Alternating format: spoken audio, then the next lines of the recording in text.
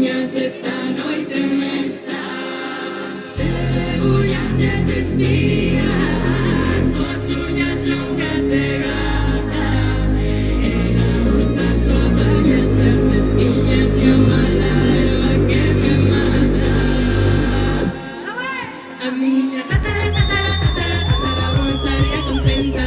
Tataravó estaría contenta. Tataravó estaría contenta. Se me escoita cantar. A miña tataravó estaría contenta. Tataravó estaría contenta. Tataravó estaría contenta. Se me escoita cantar.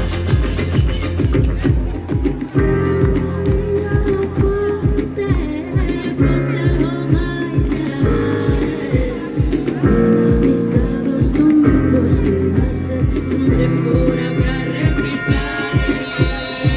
Se nos vise no palco abordado un vendaval, non sei ben se chorarían ou ben subirían con nos a cantar.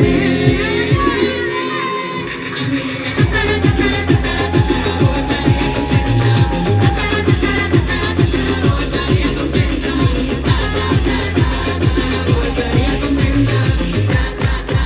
Se me escoita cantar. Vou a seu lado e collo súa man. Cando lle toque fixeno será. Non se alarma, non se asusta, ela vive mil verán. Vou a seu lado, collo súa man. Cando lle toque fixemos será. Non se alarma, non se asusta, ela vive mil verán. Vou a seu lado, collo súa man. Cando lle toque fixemos será. Non se alarma, non se asusta, ela vive mil verán. Vou a seu lado, collo súa man. Cando lle toque fixemos será. Non se alarma, non se asusta, ela vive mil verán.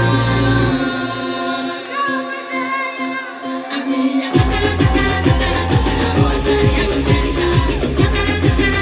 Tataravó estaría contenta.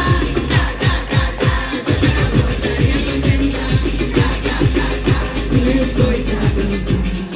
Moitísimas grazas, un fortísimas grazas. Mucha loca por os fillos, por os netos. Tiña unha voz e cantaba como o pai que era unha delicia. Oíros os dous. O que lle quedaban os deiteiros, porque eran unhas mozas, eran un portugueses, irmáns, feiras, que custaba a festa, toda a diversión que tiña.